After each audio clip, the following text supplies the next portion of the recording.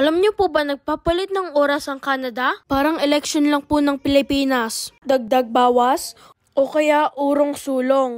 Actually, hindi po lahat ng part ng Canada ay nagpalit ng oras. Tulad po ng Yukon, Saskatchewan, ibang part ng BC at Quebec nasa standard time po. Pag spring to summer, 5 AM pa lang po at ang liwanag pa po at 10 PM naman, noon pa lang po lulubog ang araw. Then, kabaliktaran naman po ng fall at summer. Nagde-daylight savings. Sa cellphone po namin, nag-automatic po. Nagpapalit po yung oras. Kaya po, kung alarm clock po ang gamit nyo, late po ng 1 hour ang gising nyo. At malilate po kayo sa work. Siya nga po pala, hindi lang po sa Canada nagpapalit ng oras, kundi marami pa pong bansa. Naku, mapapascience po tayo ngayon. Yung bansang nagpapalit po ng oras, yan po yung nasa Northern Hemisphere o nasa kalahati ng Earth na nasa north ng equator. Akala ko po babilog ang mundo. Bakit may bansang puro araw lang at bansang puro gabi lang?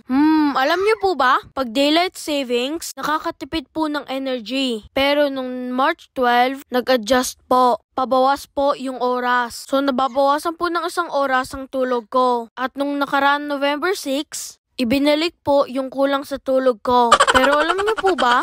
Hanggang ngayon, nag-iisip pa rin po ako. Kung mag-long drive po pala kami sa BC, malilito po ang GPS. Kasi paiba-iba po yung oras.